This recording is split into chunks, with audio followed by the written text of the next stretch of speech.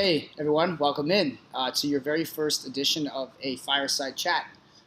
You're probably thinking this is a little bit of a strange homework assignment, but some of you may know this. I've been doing these videos now for about 4 years for the APUSH kids, and I figured even though I'm not teaching APUSH this year, I might as well keep the momentum rolling. So I hope you guys enjoy. Just sit back, listen in, take some notes if you think that will help you for class discussion tomorrow. But our fireside chats are going to become a weekly thing around here, and I hope you guys find that they're going to help you with your understanding of U.S. history. So 3:15. See, I already have people coming in. It's only 3 o'clock. So I'm going to get right down to business here so I can keep the tutoring hordes out of the room. We're going to talk today about a very unique quality that started in the Virginia colony, and that's going to be its system of legislative government. Yes, as early as 1619, in Virginia, an elected government was created as a way to disperse the power between the government of Jamestown and Virginia, as well as elected leaders that came from within the people living in Virginia.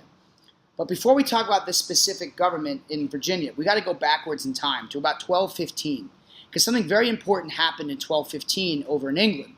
And that is the idea that a bunch of nobles were able to force King John to sign a document known as the Magna Carta.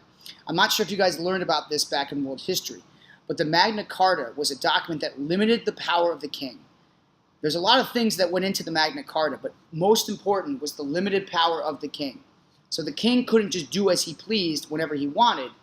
That was something they negotiated with the king.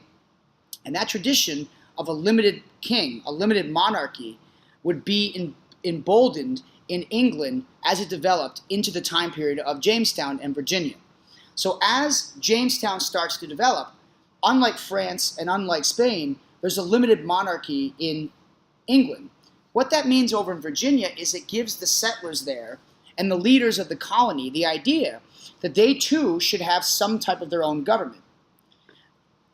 Something else that happened in Jamestown that was very important, along with the creation of this new government, is the fact that eventually the English government, meaning the king, took over the colony's control from the Virginia Company.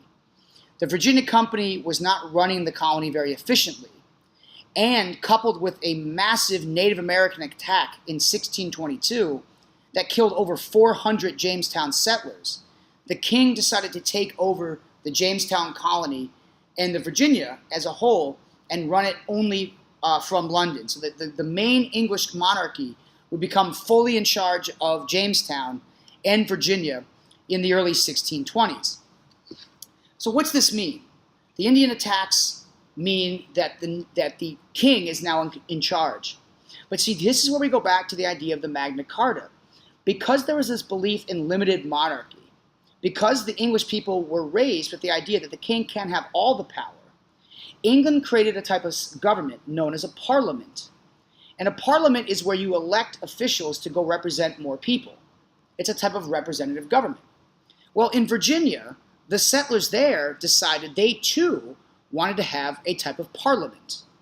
And that parliament was known as the House of Burgesses.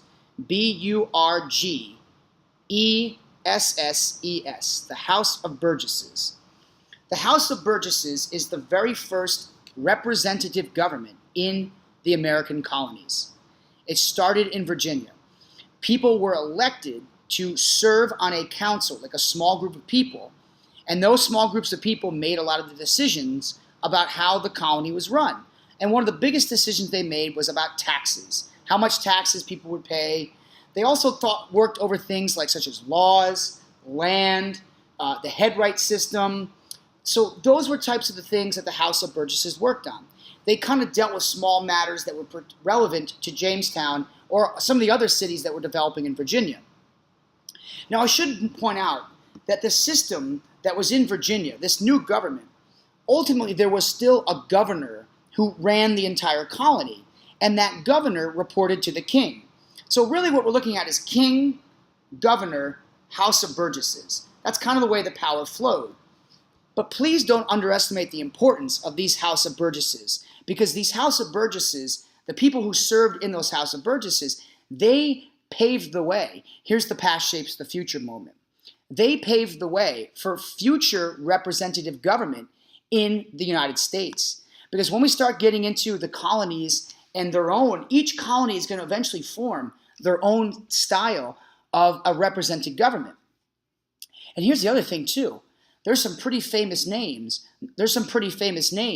That were part of the House of Burgesses. How about, let's see, George Washington, Thomas Jefferson, Patrick Henry. They were all, at one point later in history, part of the House of Burgesses. So the House of Burgesses has a lot of past shaping the future moments here. What you want to most take away from the House of Burgesses is the fact that in Virginia, a very unique thing happened. A representative government grew out of the colonial development. And this is going to have an effect in every single colony. Every single colony that's going to come after Virginia is going to have their own House of Burgesses, their own style of representative government. People being elected to go to government. And the last thing I want to leave you guys with is, okay, well, they were elected, so who could vote? Well, the answer is pretty simple. Land-owning white dudes. Land-owning white dudes had the power to vote. If you were a woman, no. You were an indentured servant? No. Slave? No. You didn't own land? No. You had to be a male and own land to vote. And those were the people that had all the power. That's how we said today, land equals power. That's the power we're really talking about. When we talk about early America, power comes from owning land. And with that land ownership comes the ability to vote and the ability to serve in the House of Burgesses. We're going to do a lot with this conversation moving forward because the conflict between England and the colonies is only going to increase over time. And tomorrow, we're going to talk about a conflict that broke out between the governor and some members of the House of Burgesses and some members that lived in Virginia. It's a very interesting story. So I'll leave you with a little quick recap. A limited monarchy in England meant the idea to build a parliament in Virginia. The parliament was elected by land-owning white males, and then they dealt with things like taxes, land ownership, conflicts with natives was a big issue, and they dealt with the governor on a lot of levels. But over time, other types of representative governments are going to grow, and they're going to start in each colony in the British Americas. So that is some heavy past shaping the future. I hope that today has helped. I hope that you guys get used to these, and I hope you have some fun with these. Feel free to share these on your social media platforms to other 7th graders in other classes or wherever. I'm happy to help. But I got to wrap up now because I'm about to be attacked by a group of angry 7th graders who want to be tutored at 3:15. So I'm going to bid you farewell like I always do on these things. I'll remind you about one thing, and that is the past shapes the future.